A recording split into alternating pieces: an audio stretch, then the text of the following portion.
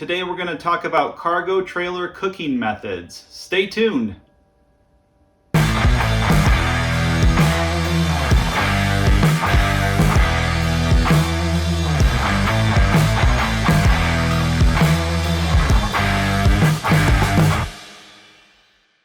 Hello and Happy New Year. There are multiple ways to cook while camping out in a cargo trailer. I'm going to list a few of these things I use to cook and what I like about them and what I don't like about them. They each have their different circumstances where they shine. Please comment below at some of the things you use while you're cooking out in the outdoors. Let's get into this right now. First, let's go over my setup. I have a 6.5 by 12 cargo trailer that I have converted into a toy hauler / camper. We mainly use this in the summer to camp while we are riding our side-by-side at parks and various state trails, and in the winter we do some camping at state parks when they aren't so busy. I have a 20-pound propane tank on the tongue of the trailer, and I have gas line ran into the cooking area inside the trailer and also a line outside the trailer for cooking outdoors. I have installed quick disconnect fittings so I can easily switch between various propane appliances. A few things to consider when talking about cooking while camping are ease of use, time it takes to cook, the fuel it takes to cook, smoke and smells, cleanup, and storage space. My go-to cooktop is this Coleman 2-burner stove. It's small, quick to set up, and very convenient. It hooks right up to my propane system and cooks things fast. And that's also the only thing I don't like about it. There are 2 settings on this thing, barely on and full blast. You really have to keep an eye on things or things will burn really easily, creating a lot of smoke in your trailer. I have learned to deal with it by moving the skillet to a burner that's off or picking up the coffee pot a bit to prevent the coffee from boiling over.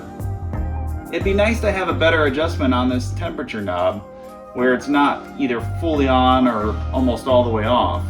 But this is a good standby and my go-to when camping and cooking. Then I also have a Coleman gas grill. This grill is probably 25 years old and does an okay job at cooking dogs or burgers. There are definitely some uneven cooking here, but I use it in a pinch for a quick meal, and it packs up nicely in its bag so it doesn't take up a lot of space. For just convenience, I use the 1-pound propane bottles and cook outside on a picnic table, or I just sit it on the ground.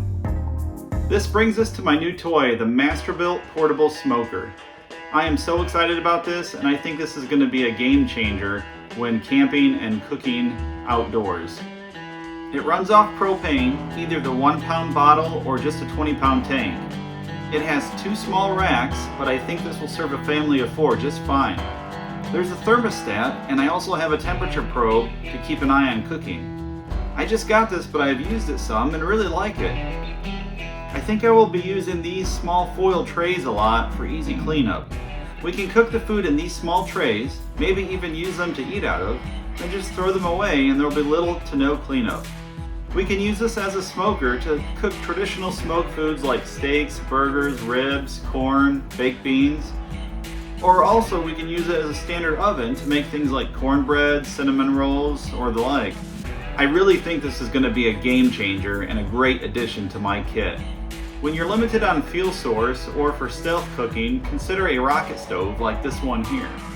Rocket stoves are a great way to cook because you can use virtually anything as fuel, little pieces of wood, twigs, or charcoal, and they create a decent flame real quick.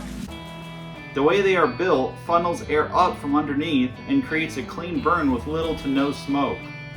You can easily forage around the campsite to find a few branches to use to cook your meal, or bring a bag of charcoal for multiple meals. You can boil water, or you can use your cast iron skillets or Dutch ovens to cook just about anything on them. The downsides to this type of cooking is you really need to keep an eye on what you're cooking, as well as feeding and adjusting the fire to ensure the meal cooks properly. Also, there is only really one burner to use. This unit packs up in its own bag and takes up very little space, but it is quite heavy. But it's not a big issue for cargo trailer cooking. When I'm hooked up to shore power, I sometimes bring my Sous Vide machine over here. This is just a water circulator and it works really great. The benefits to this are that things get done perfectly, there is no sound or smell, and you don't have to babysit the cooking process. The downside is it takes a long time to cook things, and you still have to sear the meat for a good finished product. You also need to have shore power and about a gallon of water. If you have the time and the power for this, Sous Vide is a really good option to use while camping in a cargo trailer. Finally, there is the open flame. This is the old school way of cooking, and there's definitely something primal about this that's appealing to me. For anything other than hot dogs or marshmallows, you really need to practice this a bit, as it's hard to get down right.